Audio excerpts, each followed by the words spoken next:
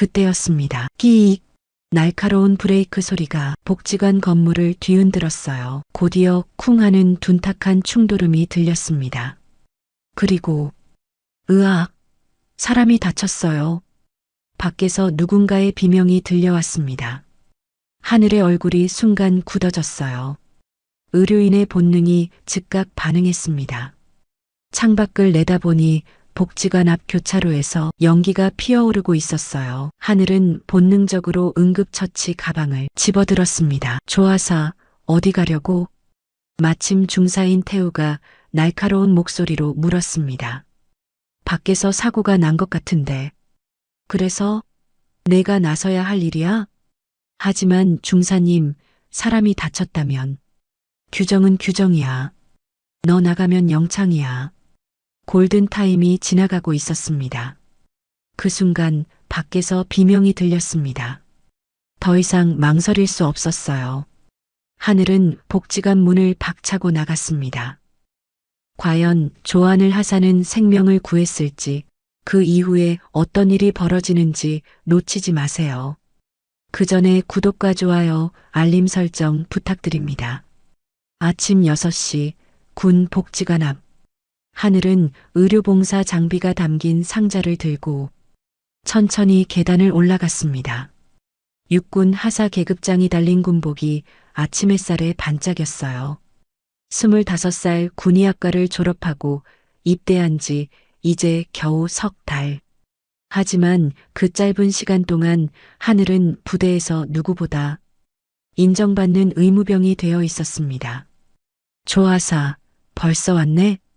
부대장이 따뜻한 미소로 하늘을 맞았습니다. 네, 대령님. 오늘은 어르신들 건강검진 날이라 일찍 준비하려고요.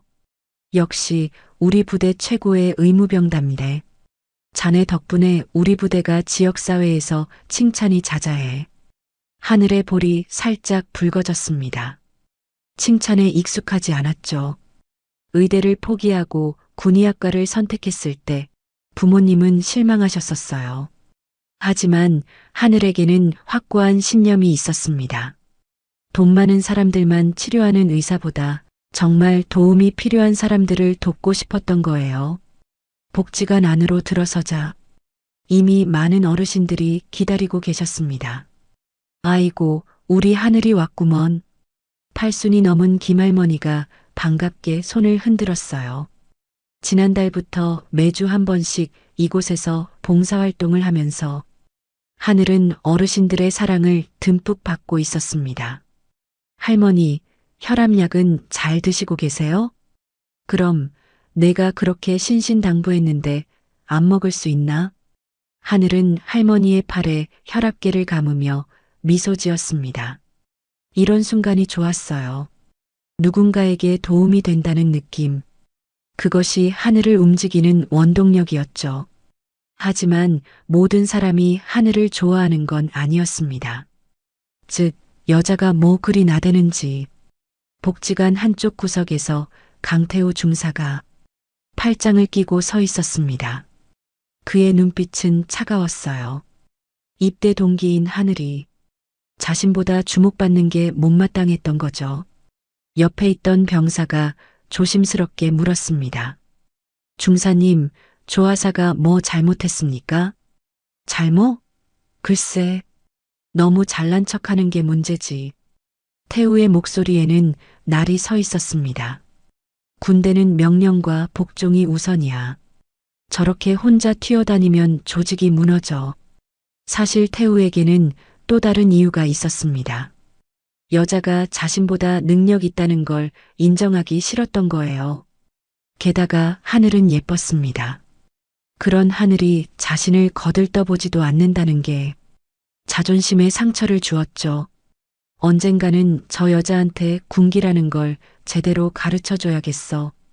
태우는 혼잣말처럼 중얼거렸습니다. 그 말에는 묘한 악의가 담겨 있었어요. 한편 하늘은 열심히 어르신들을 돌보고 있었습니다. 혈압 측정, 혈당 체크, 간단한 건강 상담. 모든 일을 척척 해내는 하늘의 모습은 프로 의료진 못지않았어요. 의대를 포기한 건 아쉬웠지만 지금 이 순간만큼은 자신의 선택이 옳았다고 느꼈습니다. 하늘아, 넌 정말 천사 같아. 박할아버지가 하늘의 손을 꼭 잡았습니다. 우리 같은 늙은이들 챙겨주는 젊은이가 요즘 어디 있니? 고맙다, 정말 고마워. 순간 하늘의 눈가가 뜨거워졌습니다. 아니에요, 할아버지. 제가 더 감사하죠. 할아버지들 덕분에 제가 보람을 느끼잖아요. 이렇게 평화로운 오후가 흘러가고 있었습니다. 3시가 되자 봉사활동도 거의 마무리되어 갔어요. 하늘은 장비를 정리하며 만족스러운 미소를 지었습니다. 오늘도 20명이 넘는 어르신들이 건강검진을 받았고 5명은 병원에 가보라고 권유했죠. 작은 일이지만 누군가의 생명을 지킬 수도 있는 소중한 일이었습니다. 조하사 수고했어요. 간호사 자격증을 가진 민간인 봉사자가 하늘에게 말을 걸었습니다. 군인이면서도 이렇게 전문적인 의료 지식을 가진 사람은 처음 봐요. 대단해요. 과찬이세요. 저도 아직 배울 게 많은걸요. 하늘은 겸손하게 대답했지만 내심 뿌듯했습니다. 자신이 가진 지식과 기술이 누군가에게 도움이 된다는 것. 그것만으로도 충분히 행복했어요. 그때였습니다. 기익. 날카로운 브레이크 소리가 복지관 건물을 뒤흔들었어요. 곧이어 쿵 하는 둔탁한 충돌음이 들렸습니다. 그리고 으악, 사람이 다쳤어요. 밖에서 누군가의 비명이 들려왔습니다. 얼굴이 순간 굳어졌어요. 의료인의 본능이 즉각 반응했습니다. 창밖을 내다보니 복지관 앞 교차로에서 연기가 피어오르고 있었어요. 사람들이 우르르 몰려들기 시작했죠. 큰일이네. 하늘은 본능적으로 응급처치 가방을 집어들었습니다. 하지만 곧 멈칫했어요. 지금은 공식적인 의료봉사 시간입니다. 함부로 자리를 이탈하면 군기 위반이 될 수 있었죠. 특히 태우 같은 사람이 트집을 잡으면 큰 문제가 될 수도 있었습니다. 조하사, 어디 가려고? 마침 태우가 날카로운 목소리로 물었습니다. 그의 눈빛이 매서웠어요. 밖에서 사고가 난 것 같은데. 그래서 내가 나서야 할 일이야? 119가 처리하겠지. 태우의 말투는 차가웠습니다. 우리는 지금 공식 임무 중이야. 제멋대로 행동하면 어떻게 되는지 알지? 하늘의 가슴이 답답해졌습니다. 밖에서는 계속 사람들의 웅성거리는 소리가 들렸어요. 누군가 다쳤다는 외침도 계속되었죠. 의료인으로서 당장 뛰어나가고 싶었지만 군인의 신분이 발목을 잡았습니다. 하지만 중사님, 사람이 다쳤다면 규정은 규정이야. 너 같은 애가 제일 위험해. 감정에 휘둘려서 조직을 망치는 타입. 태우의 말에는 가시가 돋쳐 있었습니다. 순간 하늘의 마음속에서 뭔가가 꿈틀거렸어요. 분노일까요? 아니면 결심일까요?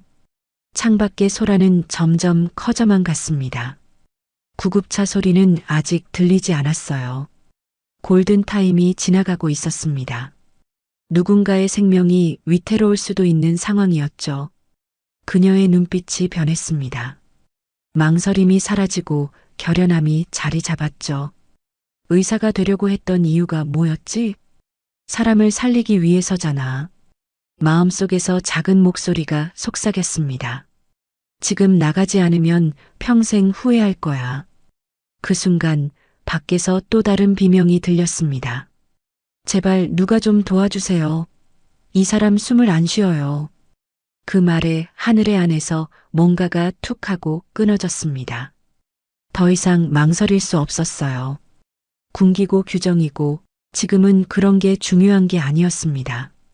저 밖에 누군가의 생명이 달려 있었으니까요. 운명의 시계가 똑딱똑딱 소리를 내며 돌아가기 시작했습니다. 하늘은 복지관 문을 박차고 나갔습니다. 태우의 날카로운 목소리가 등 뒤에서 들렸지만 이미 돌이킬 수 없었어요.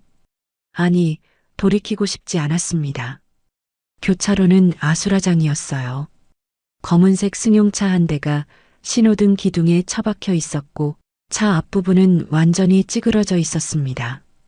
운전석에는 중년 남성이 에어백에 얼굴을 묻은 채 신음하고 있었죠. 하지만 정작 심각한 건 따로 있었어요. 도로 한가운데 젊은 여성이 쓰러져 있었습니다. 20살쯤 되어 보이는 여성이었어요. 긴 머리카락이 피와 섞여 도로에 흩어져 있었고 오른쪽 이마에서는 붉은 피가 계속 흘러내리고 있었습니다. 의식은 없어 보였어요. 가슴이 미세하게 오르내리는 게 보였지만 숨소리는 거칠고 불규칙했습니다. 저 사람 괜찮을까요? 119는 불렀대요. 함부로 건드리면 안 된다던데. 구경꾼들이 둥글게 둘러서서 수군거렸습니다. 스마트폰으로 사진을 찍는 사람도 있었어요. 하지만 아무도 다가가지 않았습니다. 모두가 방관자였죠. 하늘의 가슴이 타들어갔어요. 저러다가 골든타임을 놓치면 어떡해. 의학 지식이 있는 하늘의 눈에는 상황이 명확하게 보였습니다.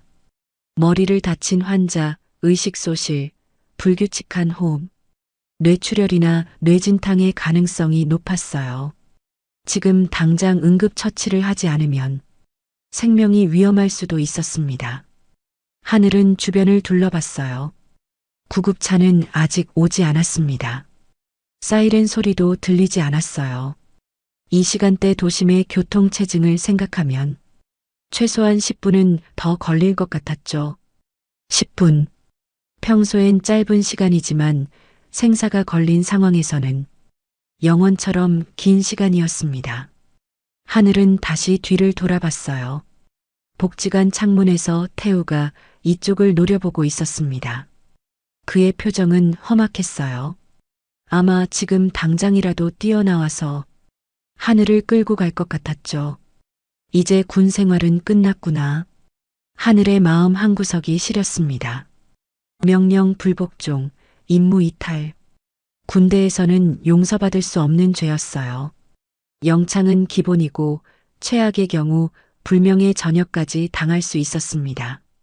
지금까지 쌓아온 모든 것이 한순간에 무너질 수도 있었죠. 하지만, 쓰러진 여성의 입에서 작은 신음이 새어나왔습니다. 그 순간 하늘의 눈빛이 변했어요. 망설임이 사라지고 확신이 자리 잡았습니다. 사람 목숨이 먼저야. 하늘은 응급처치 가방을 들고 뛰어갔습니다. 구경꾼들을 해치고 쓰러진 여성 옆에 무릎을 꿇었어요. 비켜주세요. 저는 의무병입니다. 사람들이 놀란 표정으로 물러났습니다. 하늘은 즉시 여성의 상태를 확인하기 시작했어요. 손목의 맥박을 재고 동공 반응을 살피고 호흡 상태를 체크했습니다. 의대에서 배운 모든 지식이 머릿속에서 빠르게 돌아갔어요. 맥박 110회, 빈맥이었습니다. 동공 반응 느림, 뇌 손상 가능성이 있었어요. 호흡 불규칙, 기도 확보가 시급했습니다. 아가씨, 들리세요? 제 말 들려요? 대답이 없었습니다. 완전한 의식 소실 상태였어요. 하늘은 여성의 머리를 조심스럽게 받쳐들었습니다. 목이 꺾이지 않도록 주의하면서 기도를 확보했어요. 그리고 가방에서 거즈를 꺼내 이마의 상처를 압박했습니다. 누가 119에 이 상황 좀 전해주세요. 20대 여성, 두부 외상, 의식소실, 호흡 불안정이라고요. 한 청년이 급하게 전화기를 들었습니다. 하늘은 계속해서 응급처치를 이어갔어요. 쓰러진 여성의 옷깃을 느슨하게 풀어 호흡을 편하게 해주고 다리를 살짝 올려 혈액순환을 도왔습니다. 그 사이 이마의 출혈은 어느 정도 멈춘 것 같았어요. 그때였습니다. 헉! 헉! 여성의 몸이 갑자기 경직되기 시작했어요. 눈동자가 위로 돌아가고 입에서 거품이 나왔습니다. 경련이었어요. 이런, 하늘의 얼굴이 창백해졌습니다. 외상성 뇌전증일 가능성이 높았어요. 이대로 두면 혀를 깨물거나 질식할 수 있었습니다. 하늘은 재빨리 여성을 옆으로 눕혔어요. 그리고 자신의 손수건을 말아서 이빨 사이에 물렸습니다. 경련으로 인한 2차 손상을 막기 위해서였죠. 괜찮아요, 괜찮아. 금방 나을 거예요. 하늘은 여성의 손을 꼭 잡고 속삭였습니다. 의식이 없는 환자에게도 안정감을 주는 것이 중요했거든요. 1분, 2분. 시간이 영원처럼 느껴졌어요. 드디어 경련이 멈췄습니다. 여성의 몸이 축 늘어졌어요. 하늘은 다시 호흡과 맥박을 확인했습니다. 다행히 안정되고 있었어요. 이마에는 땀이 송글송글 맺혔습니다. 긴장의 끈을 놓을 수 없었어요. 언제 또 상태가 악화될지 모르니까요. 대단하네요. 누군가 감탄했습니다. 진짜 의사 같아요. 군인이 어떻게 저렇게 잘하지? 구경꾼들의 수군거림이 들렸지만 하늘은 신경 쓸 겨를이 없었어요. 오직 환자에게만 집중했습니다. 삐요삐요. 드디어 구급차 사이렌 소리가 들렸어요. 붉은색 구급차가 사람들을 헤치고 들어왔습니다. 구급대원 2명이 들것을 들고 뛰어내렸어요. 환자 상태가 어떻습니까? 20대 여성, 두부 외상으로 인한 의식 소실입니다. 5분 전에 약 1분간 경련이 있었고 지금은 안정된 상태예요. 맥박 90회, 호흡은 정상으로 돌아왔습니다. 하늘이 정확하게 보고했어요. 구급대원들이 놀란 표정을 지었습니다. 전문 의료진 같은 보고였거든요. 혹시 의료 관계자이신가요? 네, 군 의무병입니다. 의학 교육을 받았어요. 덕분에 환자가 안정된 것 같네요. 정말 감사합니다. 구급대원들이 여성을 들것에 옮겼습니다. 하늘도 함께 도왔어요. 그때 여성의 가방에서 학생증이 떨어졌습니다. 이서연 의과대학 3학년. 하늘의 눈이 커졌어요. 의대생이었구나. 왠지 더 안타까웠습니다. 자신도 의대를 꿈꿨던 적이 있었으니까요. 저도 병원까지 같이 가겠습니다. 하늘이 구급대원에게 말했어요. 가족이 오실 때까지 옆에 있어야 할 것 같아서요. 그러시죠. 환자 상태도 계속 봐주시면 도움이 될 것 같네요. 하늘은 구급차에 올라탔습니다. 그 순간 복지관 쪽에서 날카로운 고함이 들렸어요. 조안을 하사, 당장 멈춰. 태우였습니다. 그가 성큼성큼 다가오고 있었어요. 얼굴은 불그락푸르락 화가 나 있었죠. 하늘은 잠시 망설였습니다. 지금 내리면 처벌은 피할 수 있을지도 몰랐어요. 하지만 들것에 누운 서연의 창백한 얼굴이 보였습니다. 아직 완전히 안전한 상태가 아니었어요. 누군가 곁에 있어야 했죠. 죄송합니다, 중사님. 하늘은 작게 중얼거렸어요. 하지만 저는 가야 합니다. 쾅! 구급차 문이 닫혔습니다. 태우의 고함 소리가 멀어져 갔어요. 하늘은 눈을 감았습니다. 이제 돌이킬 수 없었어요. 하지만 후회는 없었습니다. 구급차 안에서 하늘은 계속 서연의 상태를 살폈어요. 혈압을 재고 산소 포화도를 확인하고 의식 레벨을 체크했습니다. 구급대원들도 하늘의 전문적인 모습에 감탄했죠. 정말 대단하세요. 군의관이신가요? 아니에요. 그냥 하사입니다. 의학 공부를 좀 했을 뿐이에요. 하늘은 담담하게 대답했지만 마음은 복잡했어요. 지금쯤 부대에서는 난리가 났을 겁니다.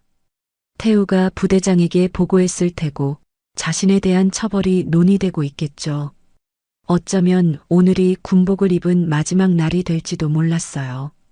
그래도 괜찮아. 하늘은 서연의 손을 살며시 잡았습니다. 한 사람의 생명을 구했잖아. 그것만으로도 충분해. 병원에 도착했어요. 응급실 의료진이 대기하고 있었습니다. 하늘은 지금까지의 상황을 자세히 브리핑했어요. 의사들이 고개를 끄덕이며 서연을 응급실로 데려갔습니다. 환자분 보호자이신가요? 간호사가 물었어요. 아니요. 그냥 사고 현장에서 응급처치를 한 사람입니다. 아, 그러시군요. 연락처 좀 남겨주시겠어요? 환자분이 깨어나면 은인을 찾으실 것 같아서요. 하늘은 잠시 망설이다가 연락처를 적었습니다. 그리고 주머니에서 지갑을 꺼냈어요. 가진 돈이 많지 않았지만 당장 응급실비라도 내야 할 것 같았거든요. 제가 일단 30만 원 내겠습니다. 보호자분이 오시면 정산하시고요. 네, 그러실 필요 없는데. 괜찮아요. 제가 하고 싶어서 하는 거예요. 하늘은 돈을 내고 영수증을 받았습니다. 그리고 천천히 병원을 나왔어요. 이제 부대로 돌아가야 했습니다. 어떤 처벌이 기다리고 있을지 모르지만 피할 수는 없었죠. 하늘의 발걸음은 무거웠지만 마음만은 가벼웠습니다. 오늘 한 생명을 구했으니까요. 부대 정문이 보였습니다. 하늘의 발걸음이 점점 무거워졌어요. 병원에서 택시를 타고 오는 내내 가슴이 쿵쿵 뛰었습니다.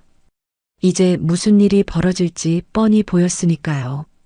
위병소의 병사가 하늘을 보자마자 얼굴이 굳어졌습니다. 조하사님, 강 중사님이 찾으십니다. 바로 의무대로 가보라고요. 그 말투에는 동정심이 묻어났어요. 이미 부대 전체에 소문이 퍼진 모양이었습니다. 하늘은 고개를 꼿꼿이 들었어요. 후회는 없었습니다. 한 사람의 생명을 구했으니까요. 그것만으로도 어떤 처벌도 감수할 수 있었어요. 의무대 앞, 태우가 팔짱을 끼고 서 있었습니다. 얼굴은 분노로 일그러져 있었어요. 옆에는 부대장과 주임원사도 있었죠. 조안을 하사. 태우의 목소리가 얼음장처럼 차가웠습니다. 네, 중사님. 지금 무슨 짓을 한 건지 알아? 사람을 구했습니다. 하늘의 대답은 담담했어요. 순간 태우의 눈이 부릅떠졌습니다. 주먹을 꽉 쥐었어요. 그 모습이 마치 당장이라도 때릴 것 같았죠. 뭐, 사람을 구했다고? 너 지금 장난하냐? 태우의 고함이 의무대를 뒤흔들었습니다. 무단 이탈이야. 명령 불복종. 군기 위반. 이게 얼마나 큰 죄인지 몰라. 알고 있습니다. 알면서도 그랬다고? 태우의 얼굴이 벌겋게 달아올랐어요. 군대는 명령과 복종으로 움직이는 조직이야. 내가 제멋대로 행동하면 전체 질서가 무너져. 그것도 모르냐? 하늘은 조용히 대답했습니다. 중사님, 하지만 그 순간 사람이 죽을 수도 있었습니다. 그래서 그게 내일이야? 119가 처리할 일이지. 119가 도착하기 전에 골든타임이 지나갈 뻔했습니다. 실제로 환자는 경련까지 일으켰고요. 하늘은 주머니에서 병원 영수증을 꺼냈어요. 여기 병원 기록이 있습니다. 응급실 의사도 제가 한 응급처치 덕분에 환자가 살았다고. 탁! 태우가 영수증을 낚아채더니 찢어버렸습니다. 종이 조각이 바닥에 흩어졌어요. 핑계대지 마. 이유가 모든 명령 위반은 명령 위반이야. 하늘의 가슴이 먹먹해졌습니다. 자신이 한 일이 이렇게 무시당하다니. 생명을 구한 것이 죄가 된다니. 군대라는 조직이 이렇게 비인간적일 수 있다니. 부대장이 한숨을 쉬며 끼어들었습니다. 조하사, 자네 마음은 이해해. 하지만 군대는 규율이 생명이야. 한 사람이 제멋대로 행동하면 전체가 위험해져. 부대장님, 저는 그만. 더 이상 변명하지 마. 부대장의 목소리도 단호했어요. 강 중사, 처벌을 결정해. 태우의 입가에 냉소가 떠올랐습니다. 기다렸다는 듯이 말했어요. 영창 2주, 외박 금지 3개월, 매일 새벽 5시 특별 청소 임무. 하늘의 눈이 커졌어요. 너무 가혹한 처벌이었습니다. 그리고 태우가 덧붙였습니다. 내일 아침 조회 시간에 부대 전체 앞에서 공개 사과, 자신의 잘못을 인정하고 다시는 이런 일이 없을 거라고 맹세해. 순간 하늘의 안에서 뭔가가 부글부글 끓어올랐어요. 공개 사과라니, 생명을 구한 것을 잘못이라고 인정하라니, 그것만은 할 수 없었습니다. 중사님, 저는 잘못한 게 없습니다. 명령을 어긴 건 인정합니다. 하지만 사람을 구한 건 잘못이 아닙니다. 태우의 얼굴이 더욱 붉어졌어요. 2년이 끝까지. 강중사 부대장이 태우를 제지했습니다. 조하사, 자네 정말 반성할 생각이 없나? 부대장님, 저는 의료인입니다. 죽어가는 사람을 보고 모른 척할 수는 없었습니다. 그래도 군인이잖아. 부대장의 목소리가 높아졌어요. 군인은 명령에 복종해야 해. 그게 군인의 첫 번째 의무야. 하늘은 고개를 숙였습니다. 더 이상 말해봤자 소용없었어요. 이들에게는 인간의 생명보다 군기가 더 중요했으니까요. 영창으로 가. 태우가 차갑게 명령했습니다. 2주 동안 잘 반성해.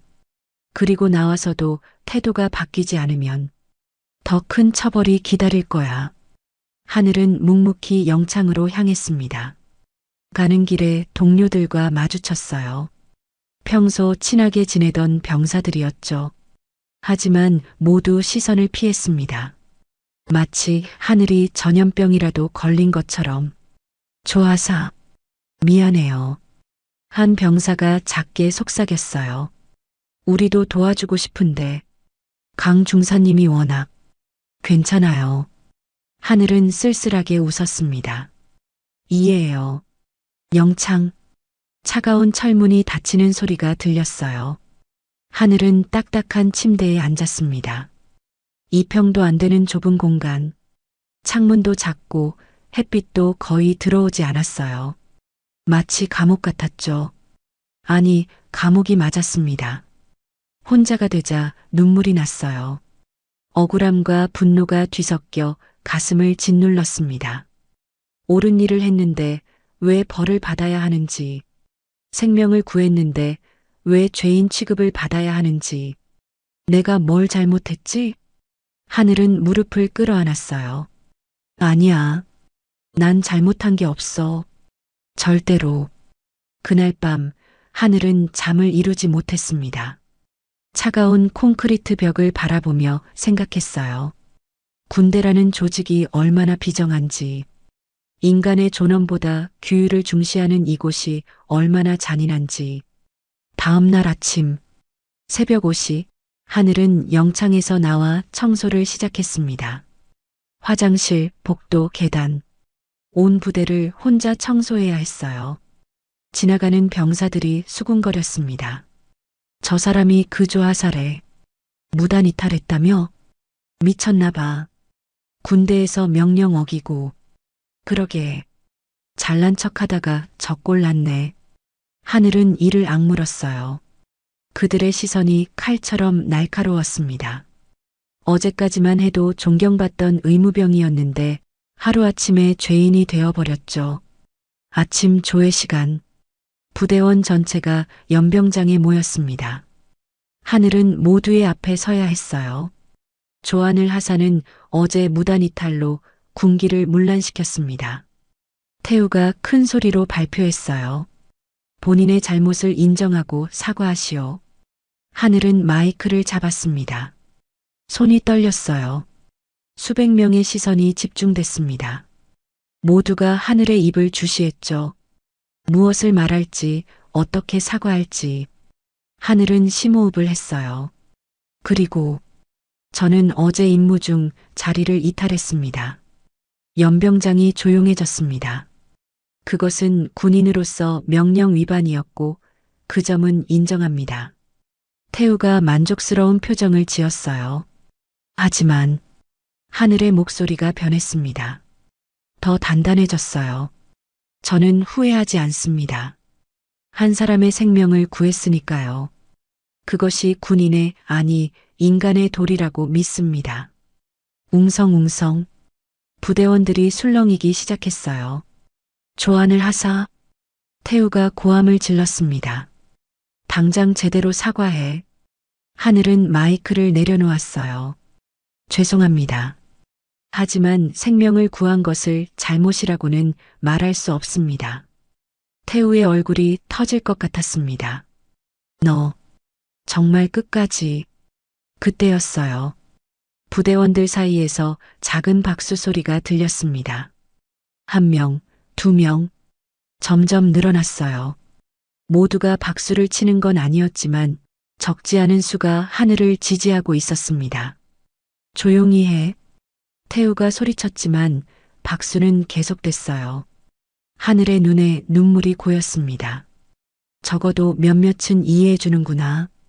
자신이 한 일이 옳았다고 믿어주는구나. 그것만으로도 위로가 됐어요. 하지만 현실은 변하지 않았습니다. 하늘은 다시 영창으로 돌아가야 했어요. 아직 13일이 남아 있었죠. 영창 안에서 하늘은 생각했습니다. 언젠가는 진실이 밝혀지겠지. 내가 구한 그 사람이 무사하기를. 창밖으로 작은 하늘이 보였어요. 구름 한 점 없는 맑은 하늘이었습니다. 영창 생활 3일째. 하늘은 차가운 콘크리트 바닥에 앉아 있었습니다. 하루에 한 끼 나오는 식사도 제대로 먹지 못했어요. 목구멍으로 아무것도 넘어가지 않았죠. 그 사람은 무사할까? 하늘은 병원에 남겨두고 온 서연이 계속 생각났습니다. 의식은 회복했을까? 후유증은 없을까? 가족들은 왔을까? 그때였어요. 영창 문이 열렸습니다. 당직 병사가 황급한 표정으로 들어왔어요. 조하사님, 부대장님이 급히 오라고 하십니다. 지금요? 네, 당장 오래요. 뭔가 큰일이 난 것 같던데. 하늘은 어리둥절한 표정으로 일어났습니다. 무슨 일이 또 생긴 걸까요? 부대장실로 가는 길, 복도에서 만난 병사들이 이상한 눈빛으로 하늘을 바라봤어요. 경멸이 아니라 놀라움이었습니다. 부대장실 문을 열자 예상치 못한 광경이 펼쳐졌어요. 부대장은 전화기를 들고 식은땀을 흘리고 있었습니다. 얼굴은 창백했고 손은 미세하게 떨리고 있었어요. 네, 알겠습니다, 사단장님. 즉시 조치하겠습니다. 사단장? 하늘의 눈이 커졌습니다. 사단장이 직접 전화를 했다고요? 부대장이 전화를 끊자마자 하늘을 돌아봤어요. 그 표정은 복잡했습니다. 당황, 놀라움 그리고 두려움? 사단장님이 30분 후에 헬기로 오신대. 직접 자네를 만나고 싶으시다고. 하늘은 말문이 막혔어요. 이게 무슨 일인지 실감이 나지 않았습니다. 강 중사는 어디 있나? 부대장이 갑자기 소리쳤어요. 당장 불러와. 빨리. 서울의 한 대형 병원 VIP 병실. 서연은 침대에 누워 아버지의 손을 꼭 잡고 있었습니다. 머리에는 붕대가 감겨 있었지만 의식은 완전히 돌아온 상태였어요. 아빠, 그 언니가 없었으면 전 죽었을 거예요. 서연의 목소리에는 감격이 묻어났습니다. 정말 천사 같았어요. 군복을 입고 나타나서 척척 응급처치를 하는데 프로 의사보다 더 전문적이었어요. 이도현 사단장은 딸의 이야기를 들으며 눈시울이 붉어졌어요. 육군 소장, 별 2개를 단 그는 30년 군 생활 중 처음으로 이렇게 감정적이 되었습니다. 하나뿐인 딸을 잃을 뻔했으니까요. 응급실 의사 선생님도 그러셨어요. 그 군인분이 골든타임 안에 완벽한 응급처치를 해서 제가 살 수 있었다고. 그 군인이 누군지 알아? 조안을 하사라고 하셨어요. 병원비도 대신 내주고 가셨대요. 도연의 눈빛이 변했습니다. 자신의 딸을 구해준 은인. 그것도 자비를 들여가며 병원비까지 낸 천사 같은 군인. 당장 만나서 감사를 표해야 했어요. 비서실장, 네, 사단장님. 지금 당장 그 조안을 하사가 있는 부대를 알아봐. 헬기 준비하고. 알겠습니다. 30분 후 도연은 이미 헬기에 타고 있었습니다. 그리고 비서실장이 가져온 보고서를 보고는 경악했어요. 뭐, 영창에 있다고? 네. 무단 이탈로 2주 영창 처분을 받았다고 합니다. 무단 이탈? 도연의 얼굴이 불그락푸르락 변했어요. 내 딸을 구하러 간 게 무단 이탈이라고? 그래서 영창에 가둬놨다고? 그의 목소리가 점점 커졌습니다. 생명을 구한 영웅을 감옥에 가둬놨단 말이야. 순간 헬기 안의 공기가 얼어붙었어요. 사단장의 분노는 태풍 전야의 고요함 같았습니다. 부대 상공에 헬기가 나타났습니다.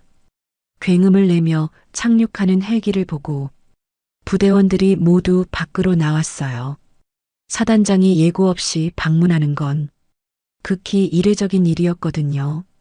도연이 헬기에서 내리자 부대장과 간부들이 황급히 뛰어왔습니다. 충성, 사단장님, 갑자기 무슨 일로?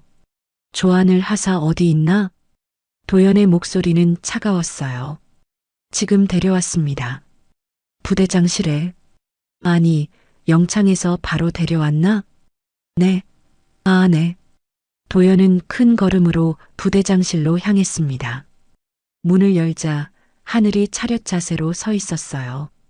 3일 동안 제대로 먹지도 자지도 못한 탓에 얼굴이 많이 수척해 보였습니다. 조안을 하사? 충성, 조안을 하사입니다. 도연은 하늘을 지그시 바라봤어요. 그리고 갑자기 정말 고맙습니다. 도연이 하늘에게 경례를 했습니다. 사단장이 하사에게 먼저 경례를 하다니 부대장과 간부들의 입이 떡 벌어졌어요. 사단장님? 하늘도 당황했습니다. 제 딸을 구해주셨더군요. 이서연 제 딸입니다. 하늘의 눈이 동그래졌어요. 아, 그 학생이 사단장님 따님이었군요. 네. 의사들이 그럽니다. 하사님이 아니었으면 우리 딸은. 도연의 목소리가 떨렸습니다. 정말 어떻게 감사를 드려야 할지 모르겠습니다. 아닙니다, 사단장님. 당연히 해야 할 일을 했을 뿐입니다. 하늘의 겸손한 대답에 도연은 더욱 감동했어요. 그때 문이 벌컥 열렸습니다. 태우가 헐레벌떡 뛰어들어왔어요. 사단장을 보자 얼굴이 하얗게 질렸죠. 충성, 강태우 중사입니다. 도연의 눈빛이 차가워졌습니다. 강 중사, 당신이 조하사를 영창에 보냈나? 그게... 태우의 목소리가 떨렸어요. 규정상 무단 이탈은... 규정? 도연의 목소리가 얼음처럼 차가워졌습니다. 사람의 생명을 구한 게 규정 위반이라고? 하지만 명령을 어기고... 그만... 도연의 고함에 모두가 움츠러들었어요. 내 딸의 생명을 구한 영웅을 감옥에 가뒀다고? 그것도 2주씩이나? 태우는 아무 말도 하지 못했습니다. 다리가 후들후들 떨렸어요. 부대장? 네, 사단장님. 이게 자네 부대 수준인가? 생명을 구한 군인을 처벌하는 게... 부대장도 얼굴이 새파랗게 질렸습니다. 죄송합니다. 제가 제대로 파악하지 못했습니다. 도연은 다시 하늘을 돌아봤어요. 그의 눈빛이 부드러워졌습니다. 조하사, 그동안 고생 많았소. 이제 영창에서 나오시오. 사단장님, 그리고 강 중사. 도연이 다시 태우를 쏘아봤습니다. 당신의 처신에 대해서는 나중에 따로 논의하겠소.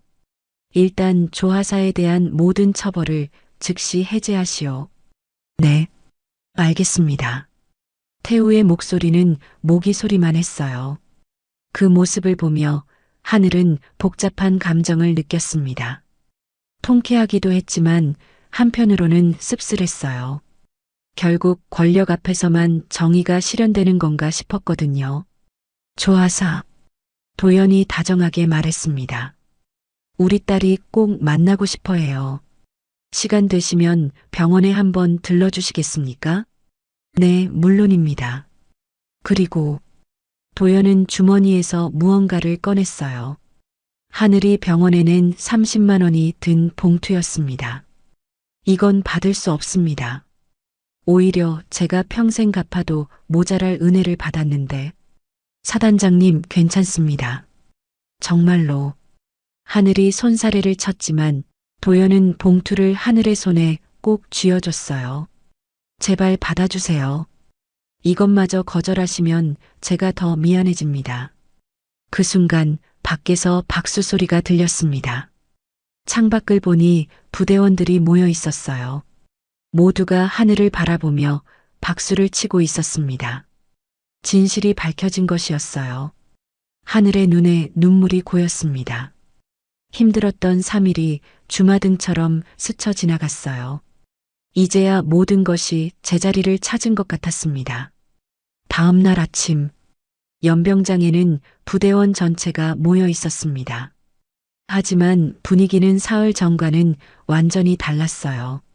모두의 시선이 하늘에게 집중되어 있었지만 그 눈빛에는 존경과 호기심이 가득했죠. 이도현 사단장이 직접 연단에 올랐습니다. 오늘 이 자리에 선 이유를 모두 알고 있을 겁니다. 그의 목소리는 우렁찼어요. 3일 전 우리 부대의 조한을 하사가 한 시민의 생명을 구했습니다. 그런데 그 공로를 인정받기는커녕 처벌을 받았죠. 연병장이 술렁거렸습니다. 사단장이 계속 말했어요. 군인의 첫 번째 임무가 무엇입니까? 국민의 생명과 재산을 지키는 것입니다. 조하사는 그 임무를 완벽하게 수행했습니다.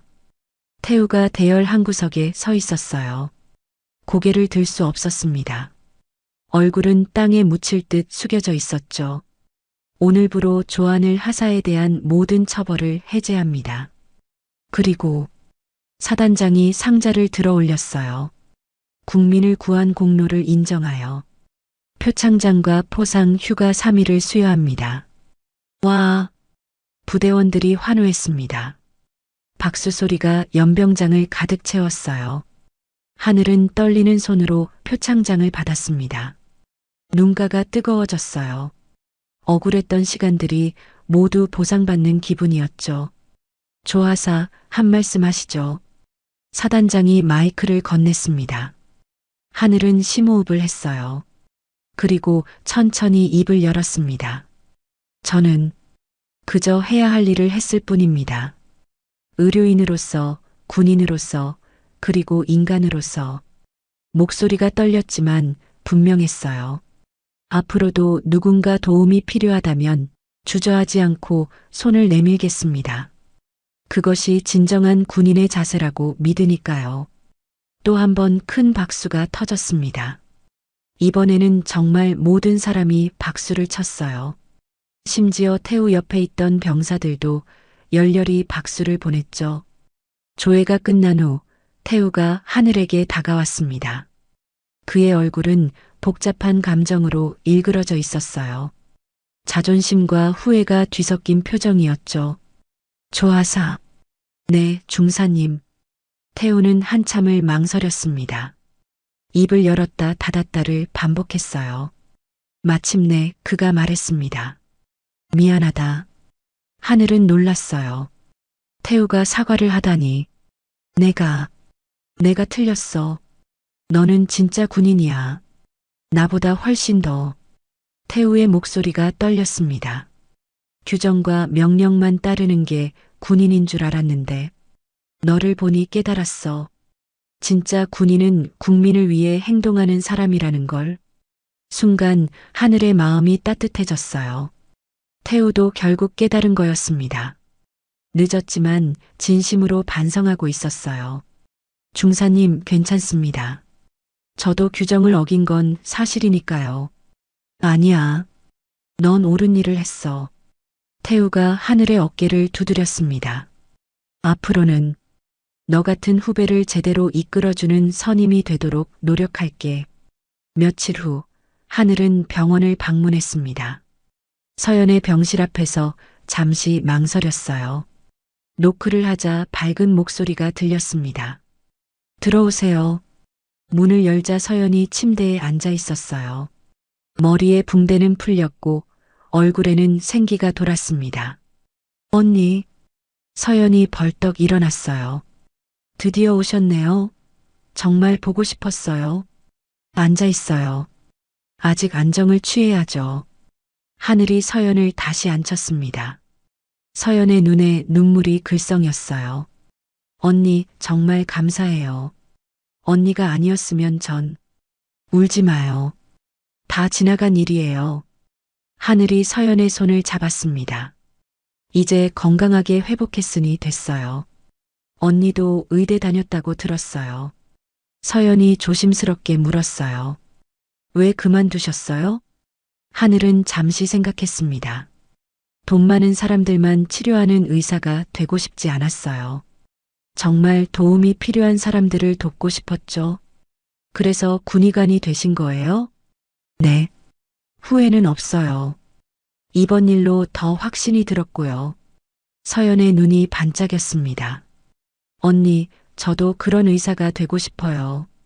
언니처럼 누군가의 생명을 구하는 의사요. 할 수 있을 거예요. 서연 씨는 좋은 의사가 될 거예요. 두 사람은 서로를 보며 미소 지었습니다. 그때 병실 문이 열렸어요. 이도현 사단장이 들어왔습니다. 아, 조아사.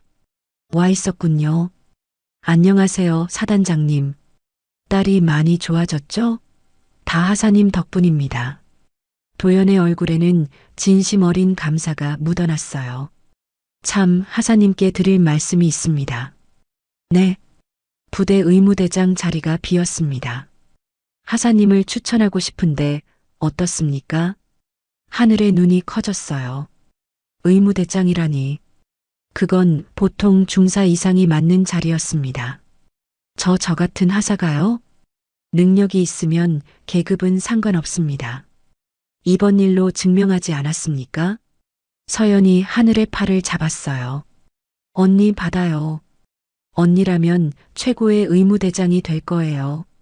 하늘은 감격스러웠습니다. 자신의 능력을 인정받고 더 많은 사람을 도울 기회를 얻게 된 거예요. 감사합니다. 최선을 다하겠습니다. 그리고 서연이가 그러는데 도연이 딸을 바라보며 웃었어요. 졸업하면 군의관이 되고 싶대요. 하사님처럼 되고 싶다고. 아빠. 서연이 부끄러워했지만 눈빛은 진지했어요. 정말이에요, 언니. 언니를 보고 결심했어요. 저도 누군가의 영웅이 되고 싶어요. 하늘은 가슴이 벅차올랐습니다.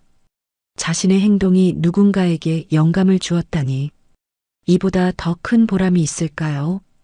일주일 후, 하늘은 의무대장 임명식을 마쳤습니다. 새로운 계급장을 단 어깨가 무거우면서도 자랑스러웠어요. 부대원들이 축하해줬습니다. 조 대장님, 축하드려요. 이제 우리 부대 의료는 안심이네요. 심지어 예전에 하늘을 비난했던 병사들도 진심으로 축하했어요. 태우도 다가왔습니다. 조 대장, 축하한다. 그의 얼굴에는 더 이상 질투나 시기가 없었어요. 진정한 존중이 담겨 있었죠. 앞으로 잘 부탁해. 저도 잘 부탁드려요, 중사님. 두 사람은 악수를 나눴습니다. 과거의 앙금은 모두 사라지고 이제는 서로를 인정하는 동료가 된 거예요. 그날 저녁 하늘은 의무대를 정리하며 생각했습니다. 한 사람의 생명을 구한 작은 선택이 이렇게 큰 변화를 가져올 줄은 몰랐어요. 자신도 성장했고 주변 사람들도 변했습니다. 창밖을 보니 노을이 아름답게 물들어 있었어요. 앞으로도 더 많은 생명을 구하겠어. 하늘은 다짐했습니다. 그것이 내가 군인이 된 이유니까. 핸드폰이 울렸어요. 서연의 메시지였습니다. 언니, 오늘 의대 수업에서 응급처치 실습했어요. 언니 생각하면서 정말 열심히 했어요. 언젠가 꼭 언니 같은 의사가 될게요. 하늘은 미소 지었습니다. 작은 용기가 만든 기적. 그것이 바로 이 이야기의 교훈이었어요. 진정한 군인 정신은 규정을 지키는 것이 아니라 국민을 지키는 것, 그리고 한 사람의 용기 있는 행동이 세상을 바꿀 수 있다는 것. 하늘은 새로운 하루를 준비했습니다. 내일은 또 누군가를 도울 수 있는 날이 될 테니까요. 이봐 정비공 아저씨, 못 고치면 쫓겨나는 거 아시죠? 차가운 눈빛으로 던진 한마디. 모두가 긴장했지만 그녀는 눈 하나 깜빡이지 않았습니다. 하이힐보다 날카로운 말투, 연구실에선 아이스 퀸이라 불리는 그녀였죠. 해보겠습니다. 그 조용한 대답에 모두가 비웃었고 그녀는 처음으로 흥미를 느꼈죠. 이름 없는 정비공. 3년 전 북한에서 실종된 특수요원. 지금 이곳에서 다시 깨어나려 하고 있습니다. 시작 전 구독과 좋아요, 알림 설정 부탁드립니다.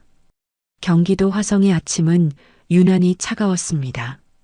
한미 합동방위산업연구단지의 거대한 건물들 사이로 불어오는 바람은 마치 칼날처럼 날카로웠죠. 민호는 낡은 작업복 주머니에 손을 찌른 채 연구동으로 향했습니다.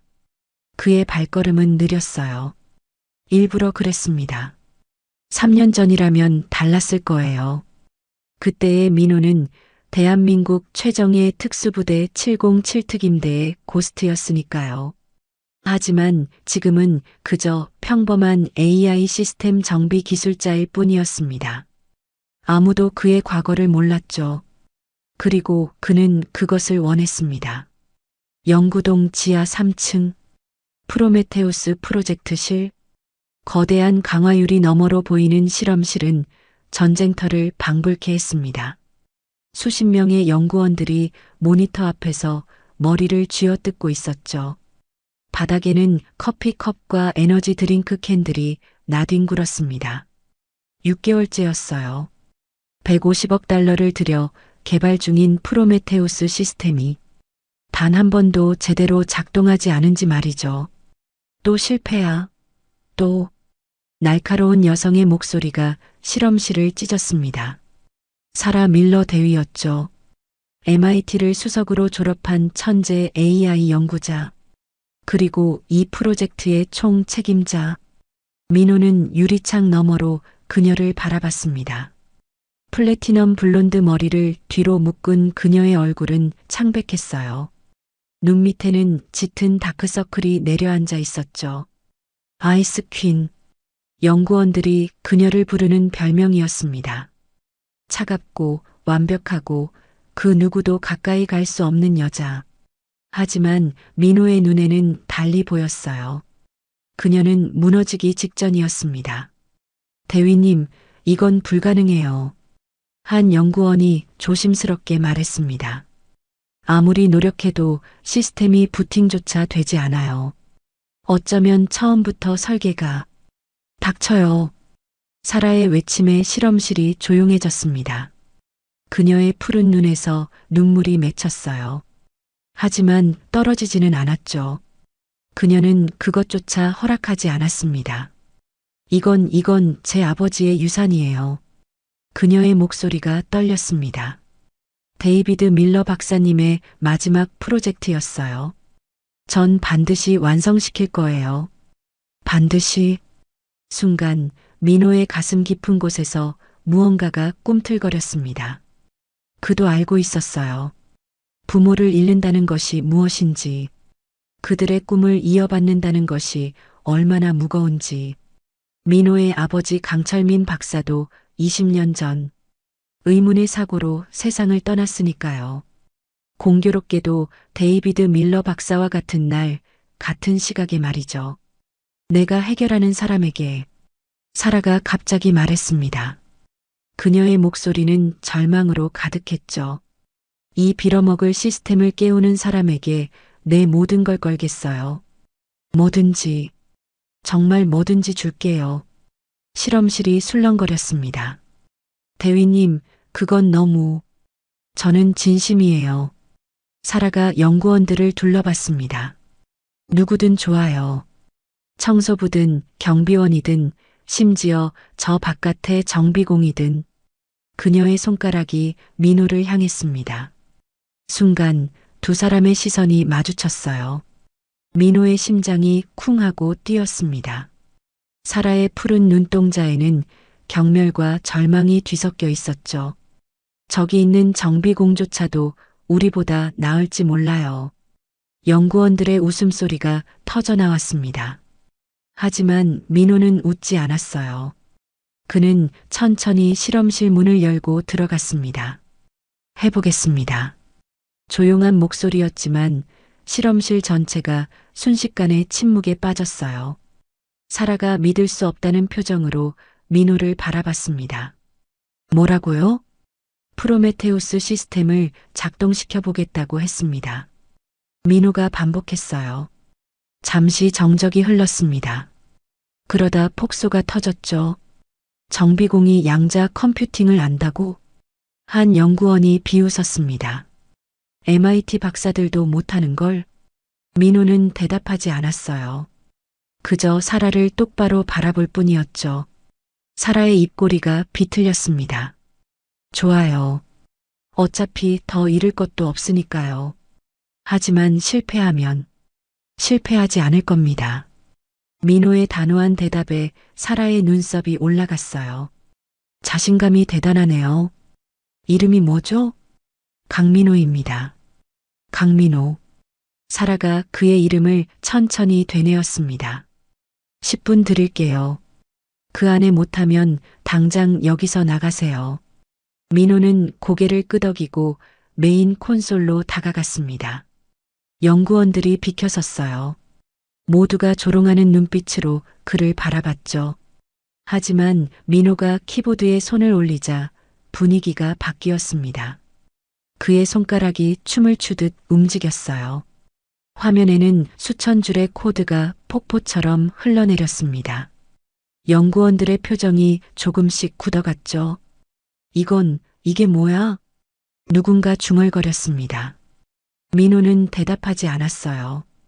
그는 마치 시스템과 대화하듯 교감하듯 작업했습니다. 707 특임대 시절 그에게는 특별한 능력이 있었어요. 전자장비와 소통하는 듯한 직관적인 이해력. 그것이 그를 최고의 침투 전문가로 만들었죠. 5분이 지났습니다. 민호가 갑자기 콘솔 아래로 몸을 숙였어요.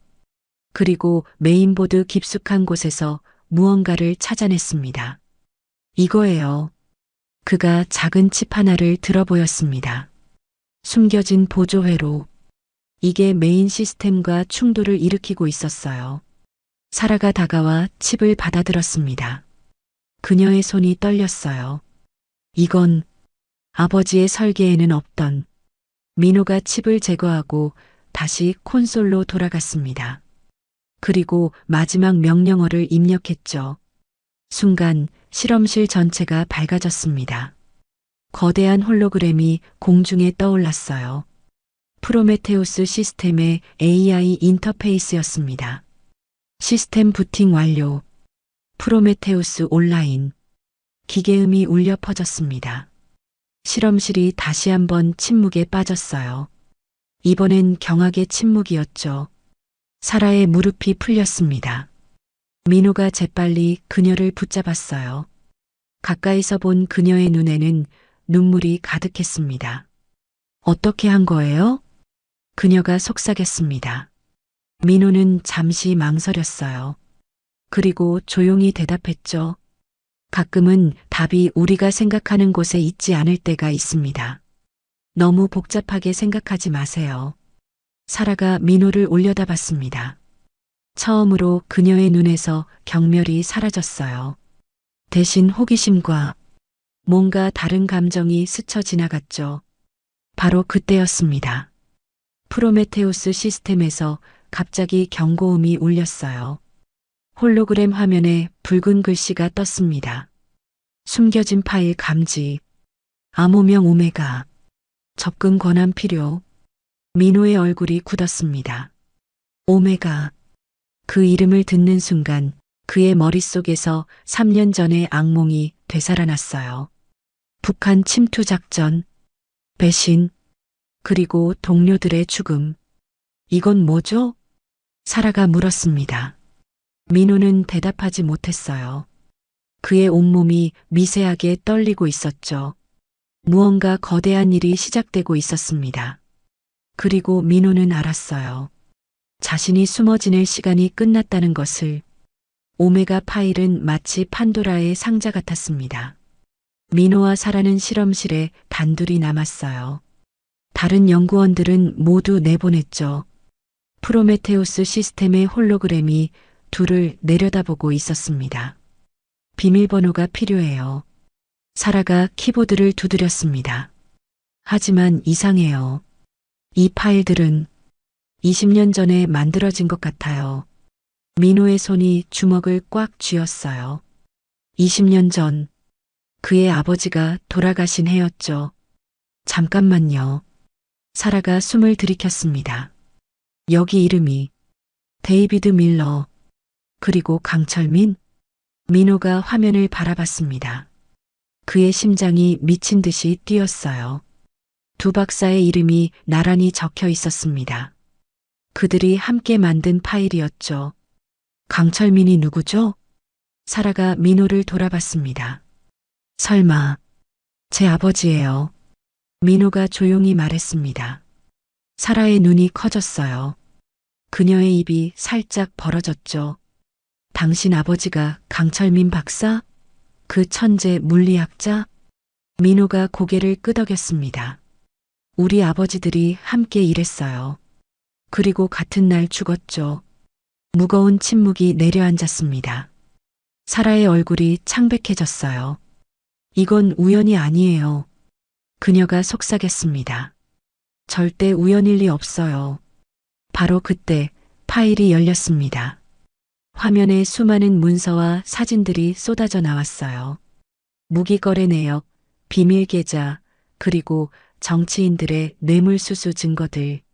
오메가. 사라가 문서를 읽어 내려갔습니다. 한미일 방위산업체들의 비밀 조직, 전쟁을 조작해서 무기를 판다고. 민호의 머릿속에서 퍼즐 조각들이 맞춰지기 시작했어요. 3년 전 북한 침투 작전. 그들이 발견한 것은 핵시설이 아니었습니다. 오메가의 비밀 기지였죠. 그리고 누군가가 그들을 배신했어요. 사라. 민호가 급히 말했습니다. 여기서 나가야 해요. 지금 당장. 왜요? 이제 막 진실을 찾았는데. 쾅! 실험실 문이 폭발했습니다.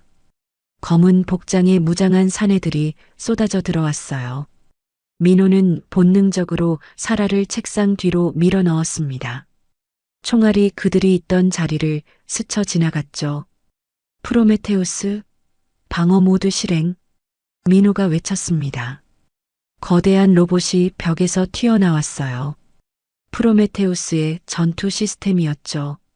로봇의 팔에서 레이저가 발사됐습니다. 이쪽으로. 민호가 사라의 손을 잡았어요. 둘은 비상구로 뛰었습니다. 뒤에서 폭발음이 계속 들렸죠. 지하 주차장에 도착했을 때 민호는 검은 SUV를 발견했어요. 그는 주저없이 차 문을 부쉈습니다. 차를 훔치는 거예요? 사라가 헐떡였습니다. 살기 위해서예요. 민호가 엔진을 걸었어요. 차가 굉음을 내며 달려나갔습니다. 뒤에서 다른 차들이 쫓아왔죠. 서울로 가는 고속도로는 전쟁터가 됐어요. 민호는 놀라운 운전 실력으로 추격자들을 따돌렸습니다. 사라는 조수석에서 꽉 붙잡고 있었죠. 당신 대체 누구예요? 그녀가 소리쳤습니다. 정비공이 이런 운전을 할 수 있어요? 민호는 대답하지 않았어요. 그는 급격히 핸들을 돌려 골목으로 들어갔습니다.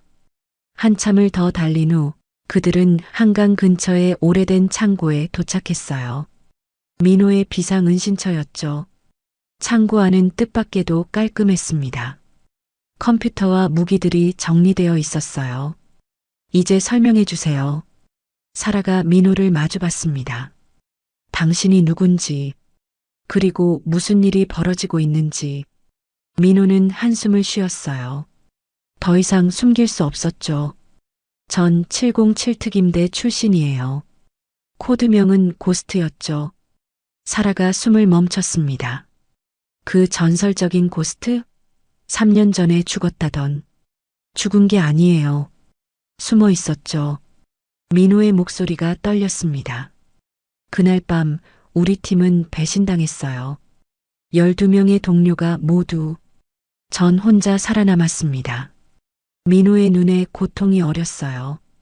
그 후로 계속 숨어 살았어요. 평범한 정비공으로.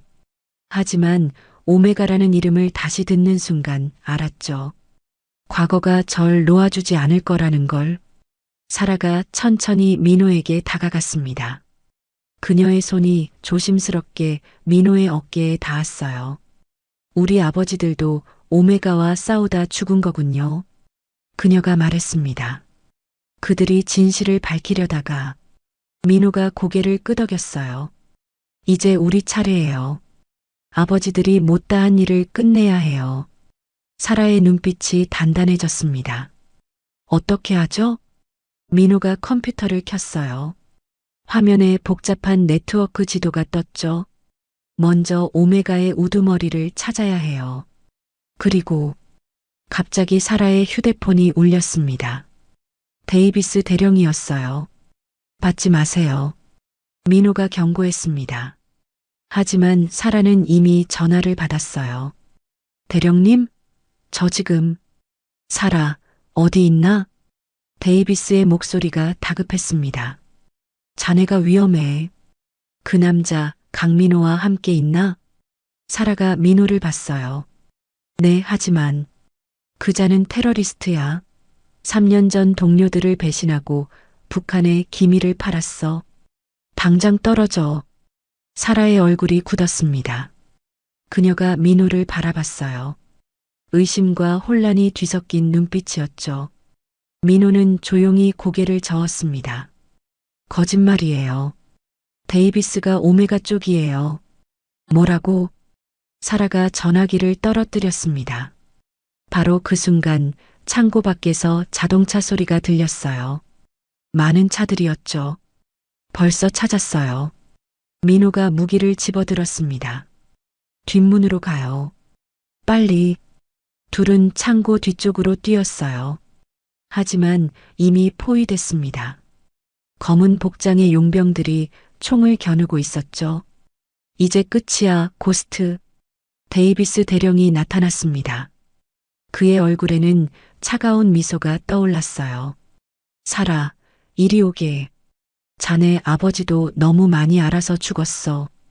자네까지 그렇게 되는 건 원치 않네. 사라의 온몸이 떨렸습니다. 분노와 배신감에 그녀의 눈이 불타올랐어요. 당신이 우리 아버지를 죽였어요? 데이비스가 어깨를 으쓱했습니다.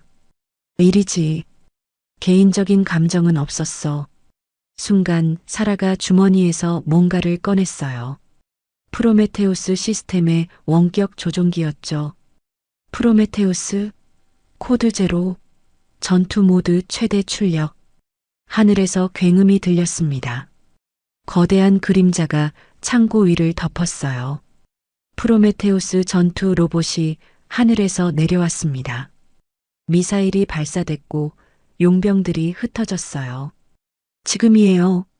사라가 민호의 손을 잡았습니다. 둘은 혼란을 틈타 강변으로 뛰었어요. 뒤에서 폭발음이 계속됐죠. 강변에 숨어든 둘은 거칠게 숨을 몰아쉬었습니다. 이제 믿어요. 사라가 민호를 봤어요. 당신이 테러리스트가 아니라는 걸. 그리고 그녀의 손이 민호의 손을 꽉 잡았습니다. 우리가 함께 싸워야 한다는 것도요. 민호가 사라를 바라봤어요. 아이스 퀸이라 불리던 그녀의 차가운 가면은 완전히 벗겨졌죠. 그 안에는 상처받고 분노하고 그리고 결연한 한 명의 전사가 있었습니다. 끝까지 함께 하겠어요? 민호가 물었습니다. 끝까지요. 사라가 단호하게 대답했어요. 둘은 서로를 바라봤습니다. 그리고 알았죠. 이제 돌아갈 수 없다는 것을. 복수와 정의를 향한 긴 여정이 시작됐습니다. 서울 변두리의 낡은 창고 건물이었습니다. 민호는 녹슨 철문 앞에서 잠시 망설였어요. 3년 만에 다시 찾은 이곳. 가슴이 쿵쾅거렸습니다. 진우야, 나야. 민호의 목소리가 떨렸습니다. 문 너머에서 들리는 침묵이 무거웠어요. 그리고 갑자기 문이 열렸습니다. 진우의 얼굴이 보였죠. 순간 시간이 멈춘 것 같았어요. 민호? 진우의 눈이 커졌습니다. 그의 얼굴에는 충격과 분노, 그리고 슬픔이 뒤섞여 있었어요. 다음 순간 진우의 주먹이 날아왔습니다. 민호는 피하지 않았죠. 이 자식아. 진우의 목소리가 갈라졌습니다. 두 번째 주먹이 민호의 가슴을 쳤어요. 그리고 진우는 무너졌습니다. 무릎을 꿇고 울기 시작했죠. 3년이야. 3년 동안 내가 죽은 줄 알았어. 매일 밤 악몽을 꿨다고. 내가 너를 구하지 못했다고. 민호도 무릎을 꿇었습니다. 친구의 어깨를 잡았어요. 그의 손도 떨리고 있었죠. 미안해. 정말 미안해, 진우야. 사라는 조용히 두 사람을 지켜봤습니다. 전우애라는 것이 이런 것이구나 하고 생각했어요. 자신에게는 없는 깊은 유대감이었죠. 창고 안은 컴퓨터와 모니터로 가득했습니다. 진우는 여전히 최고의 해커였어요. 민호가 프로메테우스 시스템에서 찾은 파일들을 보여주자 진우의 표정이 굳어졌습니다. 오메가. 이 조직 이름 들어본 적 있어. 진우의 손가락이 키보드 위를 날아다녔습니다. 화면에 수많은 데이터가 흘러갔어요. 갑자기 진우가 숨을 멈췄습니다. 세상에. 이건. 화면에는 충격적인 내용이 펼쳐졌습니다. 지난 10년간 동북아시아에서 일어난 모든 군사적 충돌. 그 뒤에는 오메가가 있었어요. 북한의 미사일 발사, 중국과의 해상 충돌, 일본의 군비 증강. 모든 것이 계획된 일이었죠. 빅터 크레인. 사라가 이를 갈았습니다. 화면에 나타난 남자의 얼굴. 자비로운 사업가의 가면을 쓴 악마였어요. 이 사람이 수장이에요. 글로벌 방산업체 CEO죠. 겉으로는 평화를 외치면서 뒤에서는 전쟁을 부추기고 있었어요. 민호의 마음이 무거워졌습니다. 3년 전 북한에서 죽은 동료들. 그들도 이 거대한 음모의 희생자였던 거예요. 우리가 북한에서 발견한 시설. 그게 오메가의 비밀 거점이었구나. 진우가 고개를 끄덕였습니다. 그의 눈에 분노가 타올랐어요. 그래. 그리고 내가 죽었다고 보고한 사람이 누군지 알아? 화면에 새로운 얼굴이 떴습니다. 사라가 숨을 삼켰어요. 믿을 수 없었죠. 데이비스 대령. 자신이 가장 신뢰했던 상관이었습니다. 아버지처럼 따랐던 사람이었어요. 사라의 몸이 떨렸습니다. 배신감이 가슴을 찢어 놓았죠. 안 돼. 이건 거짓말이야. 민호가 사라의 손을 잡았습니다. 차가운 손이었어요. 그녀의 세계가 무너지고 있었죠. 바로 그때였습니다. 진우의 보안 시스템에 경보가 울렸어요. 화면이 빨갛게 물들었죠. 젠장, 우리 위치가 노출됐어. 창밖으로 검은 차량들이 몰려오는 게 보였습니다. 오메가의 사병들이었어요. 데이비스가 안전가옥 위치를 넘긴 거였죠. 뒷문으로. 민호가 외쳤습니다. 하지만 이미 늦었어요. 폭발음과 함께 문이 부서졌죠. 연막탄이 터졌습니다. 시야가 뿌옇게 변했어요. 민호는 본능적으로 움직였습니다. 3년간 잠들어 있던 전사의 감각이 깨어났죠. 사라의 손을 잡고 달렸어요. 진우는 노트북을 챙기며 뒤따랐습니다. 총성이 울렸습니다. 벽에서 콘크리트 파편이 튀었어요. 민호의 귀 옆으로 총알이 스쳐갔죠. 심장이 미친 듯이 뛰었습니다. 지하 주차장으로 내려갔어요. 진우가 숨겨둔 차가 있었죠. 하지만 그곳에도 적들이 기다리고 있었습니다. 포위됐어. 사라의 목소리가 절망적이었습니다. 더 이상 갈 곳이 없었어요. 민호는 프로메테우스 시스템이 든 가방을 꺼냈죠. 마지막 방법이 있어. 작은 장치를 꺼내 작동시켰습니다. 순간 놀라운 일이 일어났어요. 프로메테우스가 깨어났죠. 작은 로봇이 아니었습니다. 주변의 모든 전자기기와 연결되기 시작했어요. 주차장의 조명이 깜빡였습니다. 자동차들의 경보음이 일제히 울렸어요. 적들의 통신 장비가 마비됐죠. 혼란 속에서 민호 일행은 탈출했습니다. 차를 몰며 민호는 생각했어요. 이제 돌아갈 수 없었죠. 믿을 사람도 안전한 곳도 없었습니다. 하지만 포기할 수 없었어요. 죽은 동료들을 위해서라도. 프로메테우스? 이게 단순한 무기가 아니었구나. 진우가 놀라워했습니다. 노트북으로 시스템을 분석하고 있었어요. 이건 글로벌 네트워크 침투 도구야.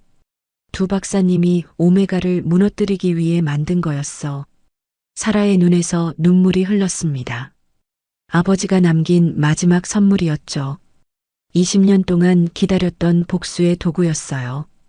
양자 암호화된 파일들이 있어 오메가의 모든 거래 내역, 비리, 살인 기록 다 들어있어요. 민호가 핸들을 꽉 잡았습니다. 이제 진짜 싸움이 시작되는 거였어요. 진우야, 뭔가 찾아낼 수 있어? 진우의 손가락이 다시 키보드를 두드렸습니다. 갑자기 그의 얼굴이 밝아졌어요. 찾았다. 3일 후 제주도에서 큰 거래가 있어. 크레인이 직접 참석한대. 화면에 정보가 떴습니다. 초호화 리조트로 위장한 비밀 회의장. 아시아 최대 규모의 불법 무기 거래였어요. 북한, 중국, 러시아의 고위 인사들이 모두 참석한다고 했죠. 기회는 한 번뿐이에요. 사라의 목소리가 단호했습니다. 아이스퀸의 차가운 눈빛이 돌아왔어요. 하지만 그 안에는 뜨거운 복수심이 타고 있었죠. 민호도 마음을 정했습니다. 더 이상 도망치지 않을 거예요. 숨어 살지도 않을 거였죠. 제주도로 간다. 세 사람은 서로를 바라봤습니다. 각자의 이유로 이 싸움에 뛰어들었지만 이제는 하나가 됐어요. 정의를 위해, 진실을 위해, 그리고 죽은 이들을 위해. 밤은 깊어갔습니다. 서울을 벗어나는 고속도로 위 검은 차 한 대가 달리고 있었어요. 그 안에는 세상을 바꿀 3명의 전사가 타고 있었죠. 민호는 백미러를 봤습니다. 뒤쫓는 차는 없었어요. 하지만 알고 있었죠. 오메가는 포기하지 않을 거라는 걸. 최후의 결전이 기다리고 있었습니다. 아버지.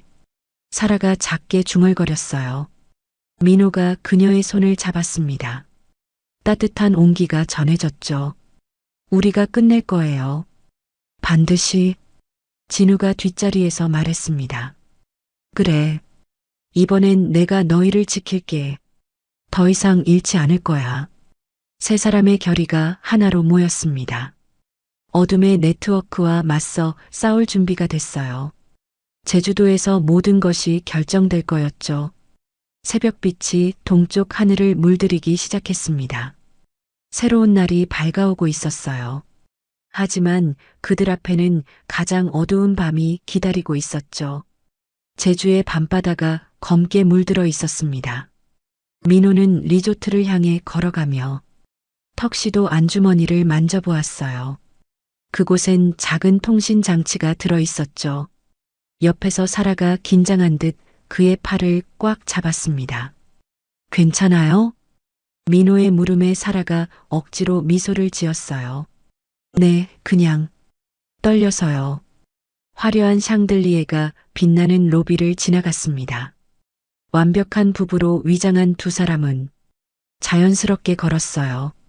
하지만 민호의 심장은 미친 듯이 뛰고 있었죠. 3년 만에 다시 작전에 투입된 긴장감이 온몸을 휘감았습니다. 파티장 입구에서 초대장을 검사하는 경비원들이 보였어요. 순간 민호의 근육이 굳어졌습니다. 그중 한 명의 얼굴이 낯익었거든요. 북한 작전에서 봤던 용병이었죠. 여보, 괜찮아요? 사라가 다정하게 물으며 그의 팔을 쓰다듬었습니다. 연기가 아니라 진짜 걱정이 담긴 목소리였어요. 민호는 심호흡을 하고 미소를 지었죠. 네, 잠시 어지러워서요. 무사히 관문을 통과했습니다. 파티장 안은 각국의 부유한 사람들로 가득했어요. 하지만 민호는 알고 있었죠. 이들 대부분이 무기 거래상들이라는 것을요. 타겟 확인했어요. 이어폰에서 진우의 목소리가 들렸습니다. 민호가 시선을 돌리자 2층 테라스에 빅터 크레인이 서 있었어요. 은발의 신사였죠. 겉으로는 자비로운 할아버지 같았습니다. 하지만 민호는 그의 진짜 얼굴을 알았어요. 수많은 사람을 죽음으로 몰아넣은 악마였죠. 사라가 민호의 손을 잡았습니다. 차가운 손이 떨리고 있었어요. 아버지의 원수예요. 그녀의 목소리에 분노가 서려 있었습니다. 민호가 그녀의 손을 꽉 잡았어요. 참아요. 아직 때가 아니에요. 두 사람은 천천히 파티장을 돌며 정보를 수집했습니다. 벽에 걸린 그림들, 테이블 위의 서류들, 사람들의 대화. 모든 것이 증거였죠. 10분 후에 시작해요. 진우의 신호였습니다. 민호의 가슴이 쿵쿵 뛰었어요. 곧 모든 것이 폭로될 거예요. 20년간 숨겨진 진실이 세상에 드러날 거였죠. 그때였습니다.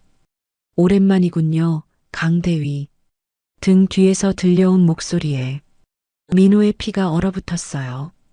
천천히 돌아보니 크레인이 서 있었습니다. 차가운 미소를 띠고 있었죠. 저를 아시나요? 민호가 침착하게 물었습니다. 크레인이 웃었어요. 당신 아버지를 닮았더군요. 강철민 박사를요. 순간 민호의 주먹이 떨렸습니다. 분노가 치밀어 올랐어요. 하지만 꾹 참았죠. 아직은 안 됩니다. 그리고 당신도 밀러 박사의 딸이시죠? 크레인이 사라를 보며 말했어요. 그녀의 얼굴이 창백해졌습니다. 우리 아버지들을 죽인 게 당신이었군요. 사라의 목소리가 날카로웠어요. 크레인이 어깨를 으쓱했습니다. 그들이 너무 많이 알았거든요. 어쩔 수 없었죠. 민호의 안에서 무언가가 끊어지는 소리가 났어요. 3년간 참아온 분노가 폭발하려 했죠. 그때 이어폰에서 진우의 다급한 목소리가 들렸습니다. 지금이에요. 시작합니다. 순간 파티장의 대형 스크린이 켜졌어요. 오메가의 비밀 문서들이 하나씩 나타났습니다. 무기 거래 내역, 뇌물 리스트, 암살 계획서, 모든 것이 폭로되었죠. 파티장이 아수라장이 되었습니다. 사람들이 비명을 지르며 도망쳤어요. 크레인의 얼굴이 일그러졌죠. 내 놈들이. 크레인이 총을 꺼냈습니다. 민호가 재빨리 사라를 밀치고 테이블을 엎었어요. 총알이 머리 위를 스쳐 지나갔죠. 비상구로. 민호가 소리쳤습니다. 두 사람은 몸을 낮추고 달렸어요. 뒤에서 크레인의 부하들이 쫓아왔죠. 총성이 계속 울렸습니다. 복도로 나온 순간 민호가 벽에 걸린 소화기를 잡았어요. 뒤돌아 던지자 추격자 한 명이 쓰러졌죠. 이쪽이에요. 진우가 안내하는 대로 계단을 내려갔습니다. 지하 주차장에 도착하자 검은 SUV가 기다리고 있었어요. 민호가 운전석에 올라탔죠. 꽉 잡아요. 엔진을 걸고 엑셀을 밟았습니다. 타이어가 비명을 지르며 차가 튀어나갔어요. 뒤에서 여러 대의 차가 쫓아왔죠. 프로메테우스 시스템 가동해요. 사라가 노트북을 열었습니다. 화면에 복잡한 코드들이 올라갔어요. 몇 초 후 하늘에서 드론들이 나타났죠. 프로메테우스의 전투 드론들이었습니다. 드론들이 추격 차량을 공격했어요. 폭발음이 연이어 터졌습니다. 하지만 적들도 만만치 않았죠. 군용 장갑차까지 동원했거든요. 항구로 가요. 민호가 핸들을 꺾었습니다. 제주 바다가 보이기 시작했어요. 그때 사라가 놀란 목소리로 말했죠. 민호, 저기 봐요. 항구에 크레인의 요트가 있었습니다. 이미 출항 준비를 하고 있었어요. 민호의 눈이 날카로워졌죠. 절대 놓칠 수 없어요. 차를 몰고 부두로 돌진했습니다. 경비원들이 총을 쏘기 시작했어요. 전면 유리가 깨졌죠. 민호가 사라를 보호하며 차에서 뛰어내렸습니다. 엄폐해요. 컨테이너 뒤로 숨었습니다. 총알이 빗발쳤어요. 민호가 주머니에서 권총을 꺼냈죠. 3년 만에 잡는 총이었습니다. 손이 떨렸어요. 과거의 기억이 떠올랐죠. 동료들이 쓰러지던 그날, 혼자 살아남은 죄책감. 하지만 지금은 다릅니다. 지킬 사람이 있었어요. 민호가 컨테이너 밖으로 나가 정확히 사격했습니다. 적들이 하나둘 쓰러졌어요. 하지만 요트는 이미 출항하고 있었죠. 안 돼. 사라가 소리쳤습니다. 그때 하늘에서 폭음이 들렸어요. 한국 해군 헬기들이 나타났죠. 진우가 정부에 연락한 것이었습니다. 투항하라. 포위됐다. 스피커에서 경고음이 울렸어요. 하지만 크레인의 요트는 멈추지 않았죠. 오히려 속도를 높였습니다. 민호가 달렸어요. 부두 끝까지 전속력으로 달렸죠. 그리고 뛰어 올랐습니다.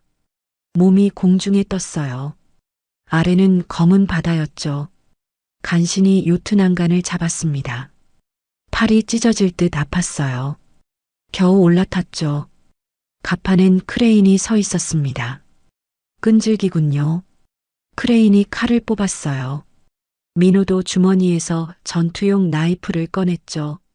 두 사람이 서로를 노려봤습니다. 동료들의 복수를 하러 왔어요. 민호의 목소리가 낮게 울렸어요. 크레인이 비웃었죠.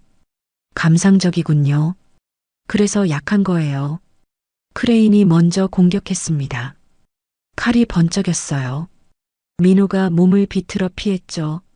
그리고 반격했습니다. 두 사람의 칼이 부딪혔어요. 불꽃이 튀었죠.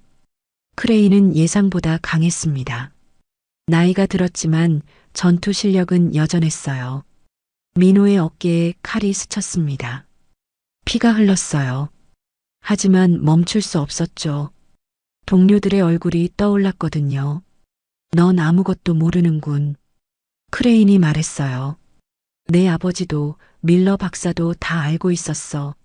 하지만 막지 못했지. 민호의 분노가 폭발했습니다. 온 힘을 다해 크레인을 밀쳤어요. 그가 비틀거렸죠. 그 순간 민호의 칼이 크레인의 가슴을 꿰뚫었습니다. 크레인의 눈이 커졌어요. 입에서 피가 흘렀죠. 천천히 무릎을 꿇었습니다. 끝났어요.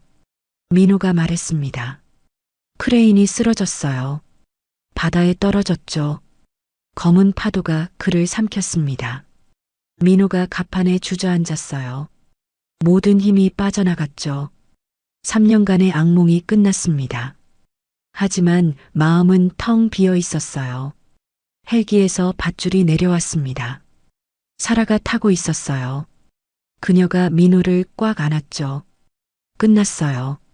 이제 끝났어요. 그녀의 목소리에 눈물이 섞여 있었습니다. 민호도 그녀를 안았어요. 처음으로 마음이 따뜻해졌죠. 동이 트기 시작했습니다. 제주의 바다가 붉게 물들었어요.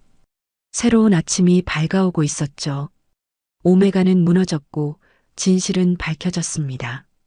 하지만 민호에겐 더 중요한 게 있었어요. 바로 옆에 있는 사라였죠. 이제 복수가 아닌 사랑을 위해 살 수 있을 것 같았습니다. 민호는 서울 시내 호텔 창문 너머로 펼쳐진 야경을 바라보았습니다. 불과 일주일 전 그와 사라는 오메가 조직을 무너뜨렸죠. 전 세계 언론이 그들을 영웅이라 불렀습니다. 하지만 그의 가슴속은 텅 비어 있었어요. 또 잠을 못 자고 있었군요. 사라의 목소리가 등 뒤에서 들려왔습니다. 민호는 고개를 돌리지 않았어요. 창문에 비친 사라의 모습이 보였죠. 그녀의 눈 밑에도 짙은 그늘이 져 있었습니다. 당신도 마찬가지잖아요. 민호가 낮게 중얼거렸습니다. 사라는 그의 옆에 서서 함께 도시의 불빛을 바라보았어요. 기자들이 또 찾아왔어요. 인터뷰를 하고 싶대요. 거절했겠죠? 당연하죠. 침묵이 흘렀습니다. 두 사람 모두 알고 있었어요. 세상은 그들을 영웅으로 만들고 싶어 했지만 그들에게 필요한 건 그런 게 아니었죠. 민호의 손이 미세하게 떨렸습니다. 크레인과의 마지막 싸움. 그 순간이 계속 머릿속에서 재생되었어요. 복수는 끝났지만 마음의 평화는 오지 않았습니다. 우리 이대로는 안 되겠어요. 사라가 조용히 말했습니다. 그녀의 목소리에 절박함이 묻어났어요. 알아요. 민호가 대답했습니다. 그의 목소리도 지쳐 있었죠. 정부는 그들에게 특수부대를 만들어 달라고 제안했습니다. 거액의 보상금도 약속했죠.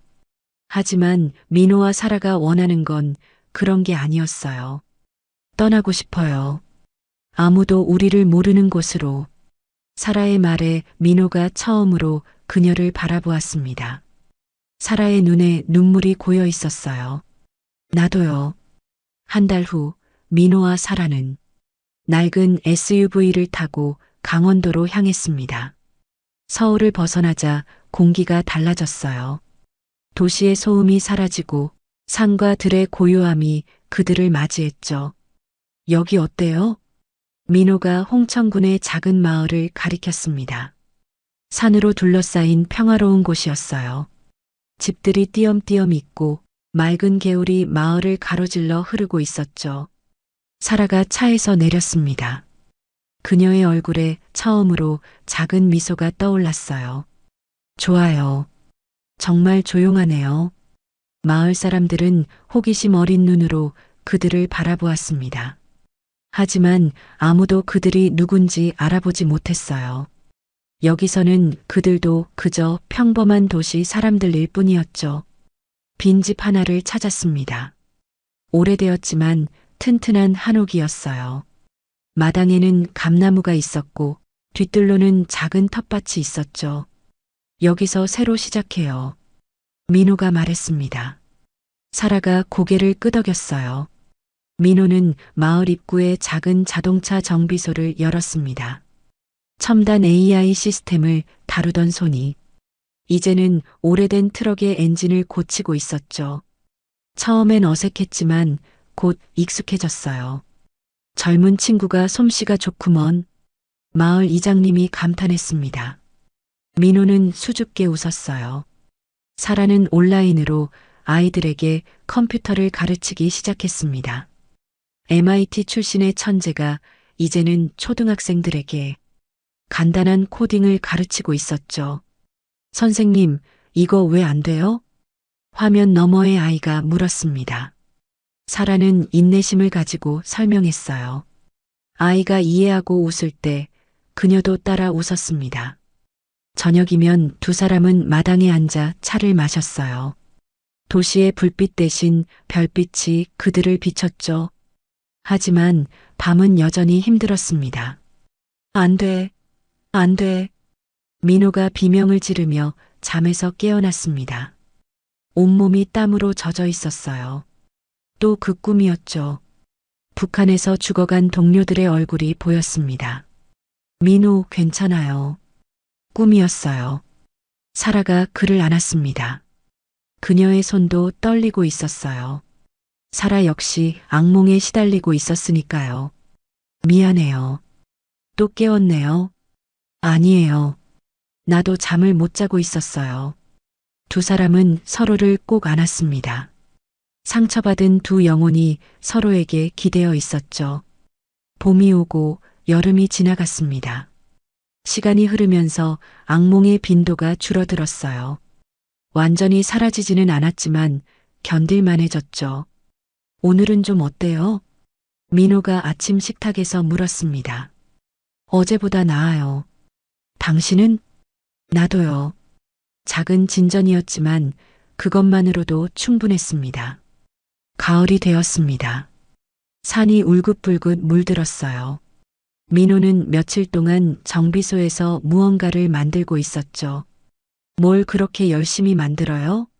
사라가 호기심 어린 눈으로 물었습니다. 비밀이에요. 민호가 장난스럽게 웃었어요. 사라는 입을 삐죽 내밀었지만 더 묻지 않았죠.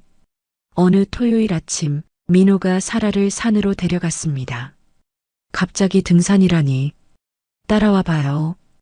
후회 안 할 거예요. 정상에 오르자 마을 전체가 한눈에 들어왔습니다. 가을 단풍이 온 세상을 물들이고 있었어요. 아름답네요.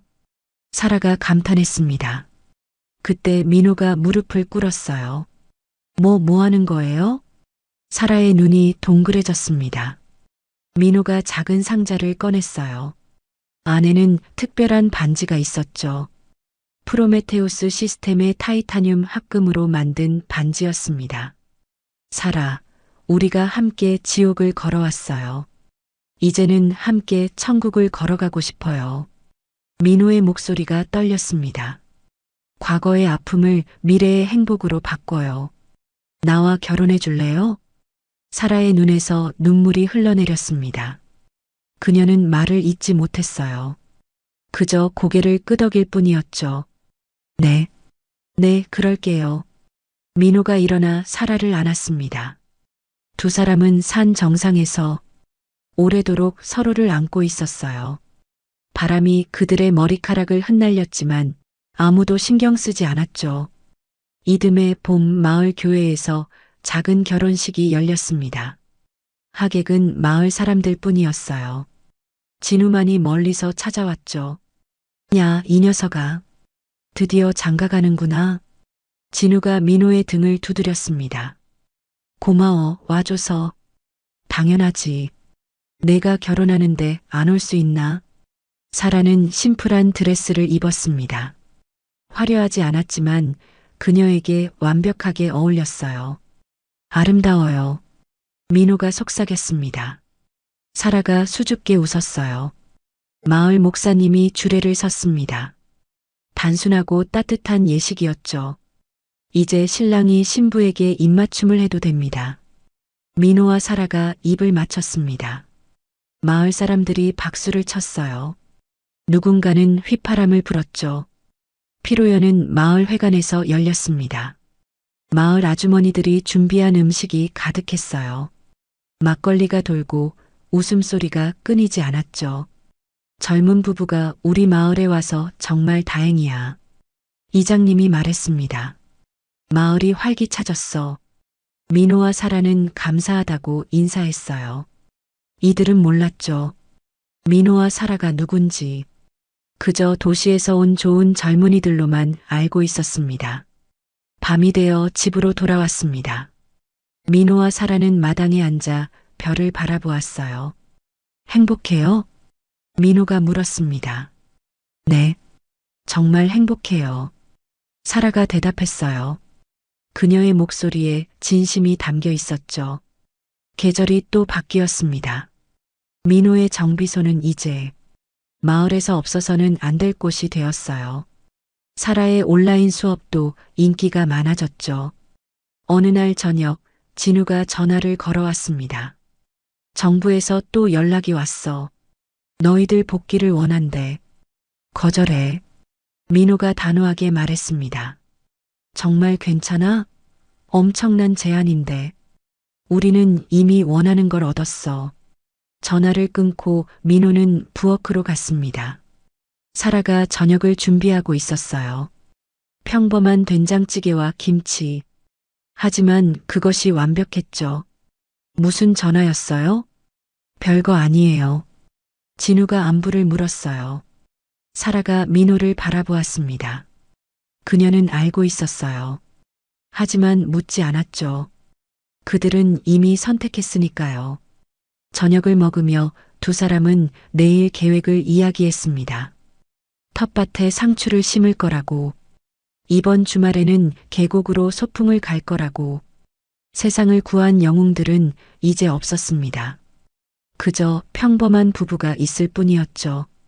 그리고 그것이야말로 그들이 진정으로 원했던 승리였습니다. 민호가 사라의 손을 잡았습니다. 따뜻한 온기가 전해졌어요. 사랑해요. 나도 사랑해요. 창밖으로 별이 빛나고 있었습니다. 어딘가에서는 또 다른 싸움이 벌어지고 있겠죠. 하지만 이곳, 이 작은 마을에는 평화가 있었습니다. 진정한 평화가